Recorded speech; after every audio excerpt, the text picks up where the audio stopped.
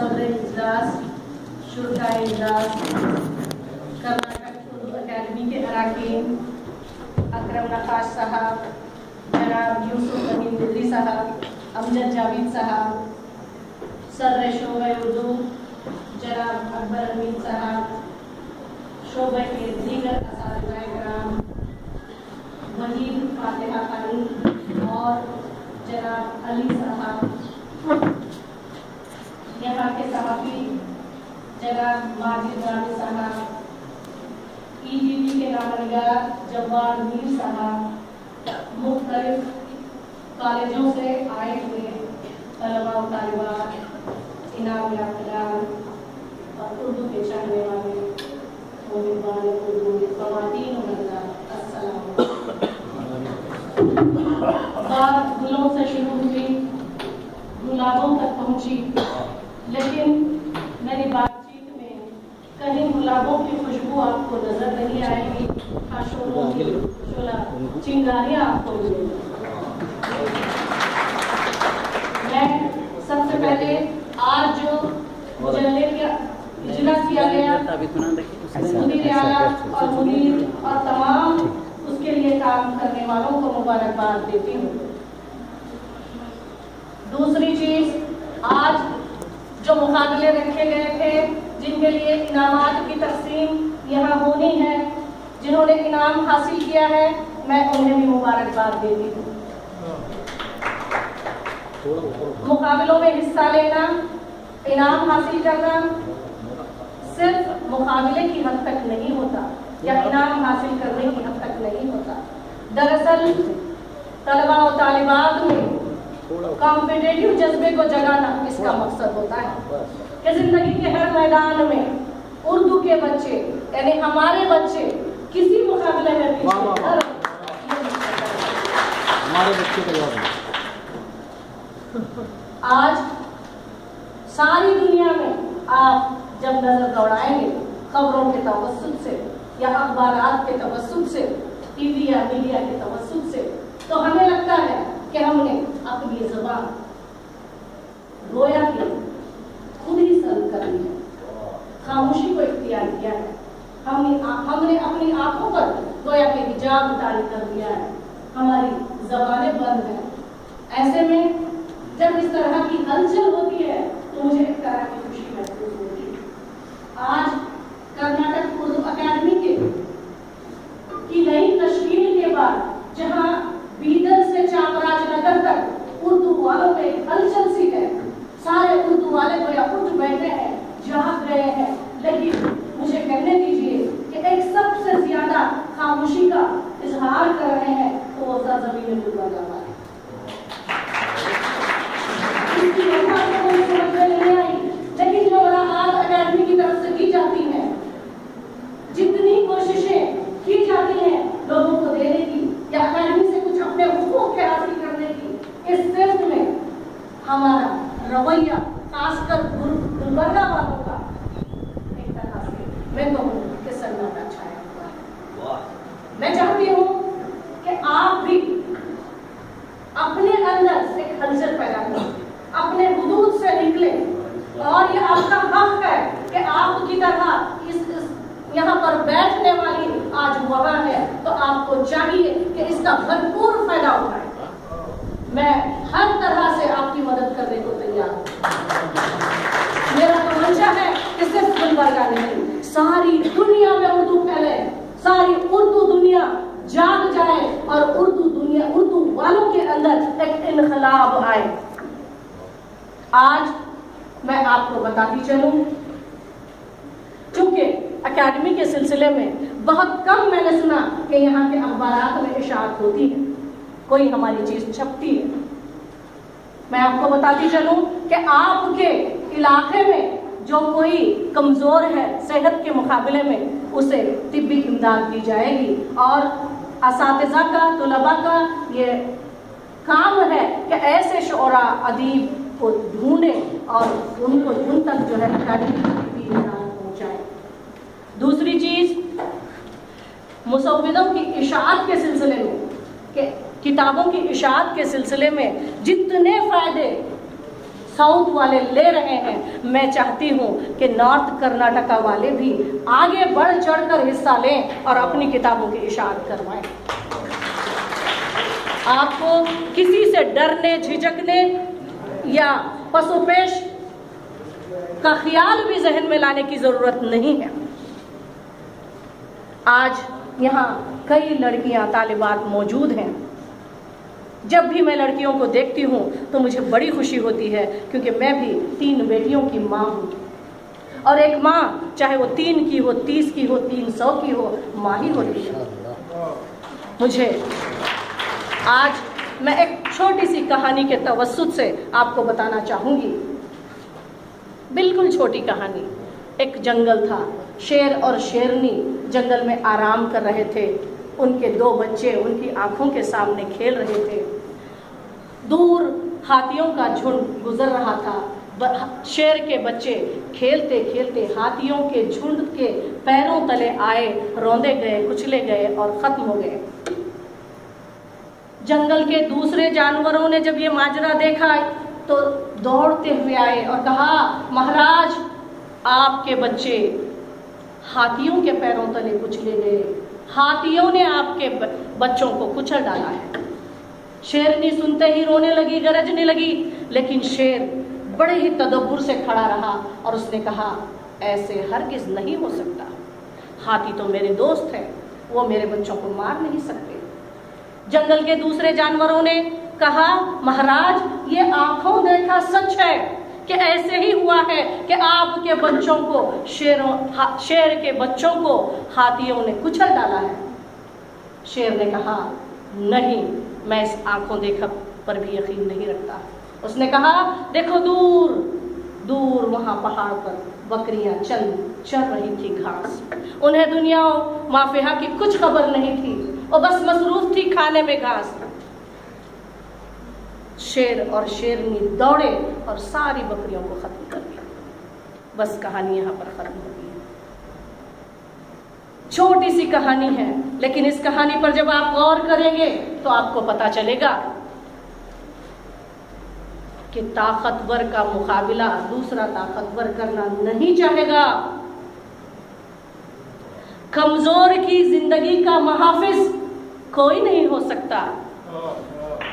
कमजोर को खुद अपनी हिफाजत करनी है, या अंदर से खुद में ऐसे सिफात जगाना है कि वो खुद अपना मुहाफिज बन सके। आज सोचने की बात है, क्या दुनिया में हमारी कौम बकरियों की तरह हो गई है कि सारी दुनिया में सिर्फ नशाना बनते जा रहे हैं? अगर हम कौम की हैसियत से, फर्द की हैसियत से नशाना बन रहे हैं तो हमें सोचने की जरूरत है कि दूसरों की तरफ उंगलियां दिखाने के बजाय खुद अपने आप में झांक कर देखें कि गलती कहाँ हुई है और इस गलती को हम कैसे सुधार सकते हैं। तारीख के किस पन्ने ने हमसे हमारा तहफ्फुज़ छीन लिया है, उसे फिर खींच लाइए, उसे फिर झिझोड़िए और उसको फिर हासिल करने की कोशिश कीजिए। आज सिर्फ मुसलमान बहसियत कौम नहीं, हमारी ख़वातीन के बारे में सोचिए, हमारी लड़कियों के बारे में सोचिए, सिन्फ़े बेहतर के बारे में सोचिए। आपको लगेगा कि हम बाज़ वक्त, मुझे महसूस होता है एक खातून की हैसियत से, कि जहाँ मैं हर बार जिस मजहब ने हमें हक दिया है जिंदा रहने का, जीने का, वही मजहब के मानने वाले हमारे हुकूक को सल्ब करते जा रहे हैं। आज जरूरत इस बात की है कि हम इन बच्चियों की तरफ भी देखें, इन्हें जीने का हक दें, इन्हें तालीम का हक दें, इन्हें आगे बढ़ने का हक दें और इन्हें कुछ करने का हक दें। और मेरी बच्चियों, हुकूक हमेशा छीने जा सकते हैं, मांगे हरगिज नहीं जा सकते। आज जब मेरे वालिद मुहतरम इस हाल में आए तो एक बेटी की हैसियत से मुझे लगा कि ये पूरे का पूरा हाल गोया कि मुनव्वर हो गया है। बेटी के ये जज्बात होते हैं कि जब बात पर नजर पड़ती है तो लगता है कि सारी दुनिया रोशन है। और जब मेरे वालिद मोहतरम जो आज यहाँ बैठाए हैं, हालांकि मुझे भी इज्जत और वक़ार से बुलाया गया था, इसके बावजूद मेरे वालिद को देखने के बाद अब्दुल हमीद अकबर साहब ने जब इन्हें स्टेज पर बुलाया तो मुझे लगा सार्थक आयतु इन्नु ನನಗೆ ಏನು ಬೇಕಾಗಿಲ್ಲ। मैं अब्दुल हमीद साहब का शुक्रिया अदा करना चाहती हूँ। अगर वो बुलाते सिर्फ मुझे तो ये रस्मन था, उन्होंने जब मेरे वालिद को बुलाया तो मुझे बेइंतहा खुशी हुई। ऐसे ही लड़कियां अपने बाप की तरफ तलब की निगाहों से या फिर हर मामले में देखती हैं। आज जो मेरे वालिद यहाँ बैठे हुए हैं, मैं इनकी मिसाल इसलिए दे रही हूँ कि आज मैं जिस मुकाम पर हूँ उस मुकाम पर आने के लिए मेरे बाप ने ज्यादा मेहनत की है। मैं आपको बताती चलूं कि हर साल मेरी वालिदा SSLC के बाद से सिर्फ शादी की रट लगाती कि बेटी की शादी करनी है और आप कैसे बाप हैं, मुझे शादी करने दीजिए, मैं बड़ी लड़की है, मैं जल्दी इसकी शादी करना चाहती हूँ। और मैं हमेशा जिद में भूख हड़ताल कर देती कि मैं हरगिज नहीं करूंगी, करोड़ों औरतें सिर्फ यही कर रही हैं, क्या मैं भी यही करूं, मुझे कुछ करने दीजिए। तो तब मेरा साथ देने वाली अगर कोई शख्सियत थी दुनिया में तो यही, जिनका नाम भी वाहिद है, वाहिद साहब यानी मेरे वालिद। जिंदगी में चाहे मैं कुछ भी बन जाऊं, लेकिन बेटी अपने वालिदीन की बहुत ज्यादा एहसानमंद होती है। और मैं तमाम बेटियों की तरफ से भी उनके माँ बाप का शुक्रिया अदा करती हूँ। कई करोड़ों लड़कियां ऐसी होंगी जो इस हद तक भी नहीं आती। तो आप जब यहाँ तक आई हैं तो मैंने पहले ही कहा कि बेइंतहा मुझे खुशी होती है कि लड़कियों को जब तरबियत दी जाती है। लेकिन एक चीज की तरफ ध्यान रखें, वो ये है इज्जत नफस। आपने कभी सुना होगा एक्सक्लूसिव पीस, जैसे डायना का जब इंतकाल हुआ, प्रिंसेस डायना का, तो उसके छोटे छोटे कपड़ों को जो है लाखों की खरीदारी से के जरिए एक एक जो है स्कर्ट जो है 8 लाख 12 लाख 50 लाख का, यानी पहना हुआ सेकेंड हैंड कपड़े भी जो है इस तरीके से बिके। तो मैं जब कई साल पहले जब ये न्यूज़ सुनी तो मुझे ताज्जुब हुआ कि सेकेंड हैंड कपड़ों की क्या ये कीमत होती है। तो लोगों और बड़ी बड़ी बहुत ही आला खानदान की खवातीन जो है वो हराज में कपड़े खरीद कर खुश हो रही हैं, ऐसे बता कर पोज ले रही हैं, उनके साथ पूरे पैनल चल रहे हैं, ऐसी खवातीनों सेकेंड हैंड कपड़े खरीद रहे हैं। तो मैंने पूछा कि ये क्या है। लोगों ने बताया कि ये एक्सक्लूसिव पीसेस हैं।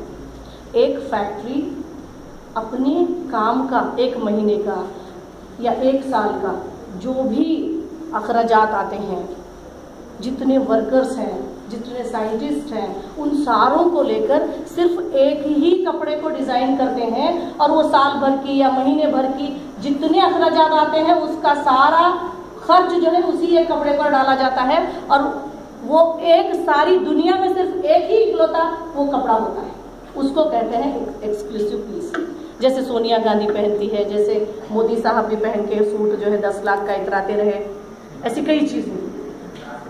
तो मैं ये मिसाल इसलिए दे रही हूँ कि हम में से हर एक खातून, हर एक लड़की, मर्द हो के औरत हो, ऐसे ही फितरत का एक्सक्लूसिव पीस है।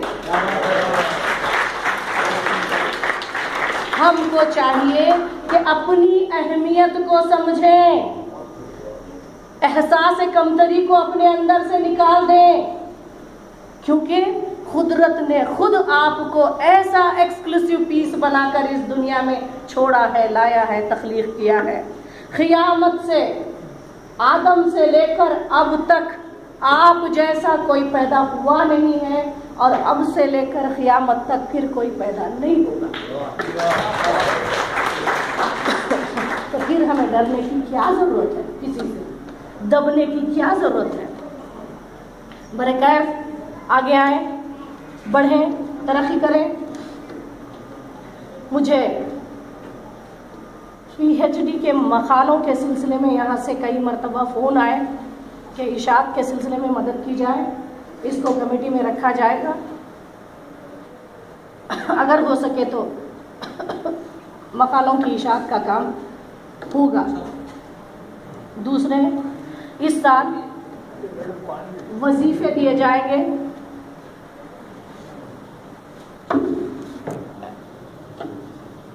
उन शोरा उदबा या सहाफ़ी हजरात को जिनकी मईशत कम है, रियासत भर में पहली मरतबा वजीफ़ा देने का सिलसिला हम शुरू करना चाह रहे हैं। इस सिलसिले से भी आप लोगों को फ़ायदा उठाना है।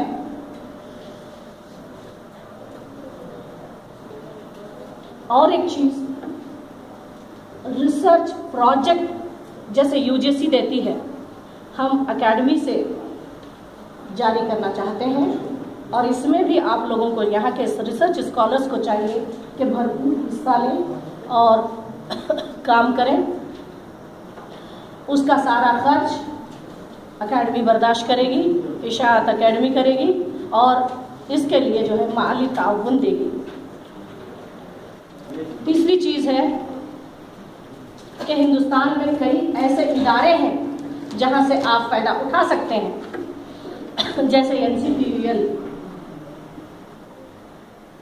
एनसीपीयूएल की जानिब से ग्रांटिनेट कमेटी की मेंबर की हैसियत से जब मुझे बुलाया गया तो मैंने देखा कि कर्नाटक का बजट सिर्फ 2 लाख है, केरला का बजट 2.25 लाख है, तमिलनाडु का बजट 2 लाख है।